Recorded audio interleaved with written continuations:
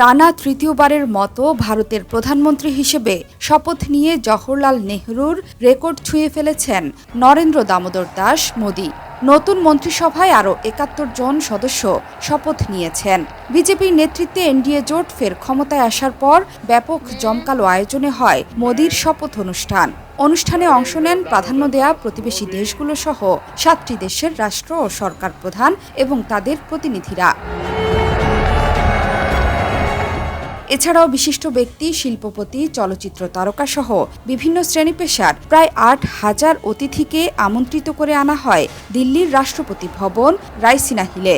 তবে এসবের মধ্যে সামাজিক যোগাযোগ মাধ্যমে দৃষ্টি আকর্ষণ করেছে রাষ্ট্রপতি ভবনের গ্র্যান্ড প্রাঙ্গণে অন্য এক অতিথি।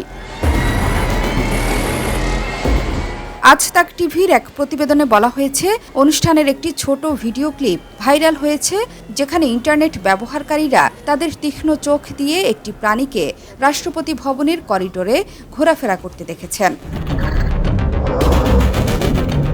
অনেকের দাবি, মঞ্চের আনুষ্ঠানিক প্রক্রিয়া চলাকালীন একটি চিতাবাঘকে রাষ্ট্রপতি ভবনে স্বাভাবিকভাবে হাঁটতে দেখা গেছে।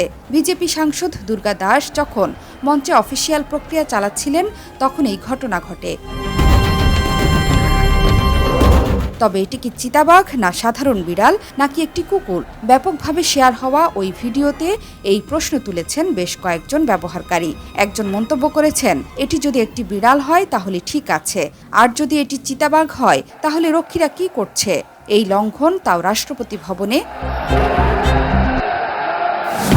জোহরা চৌধুরী সেতু, ৭১।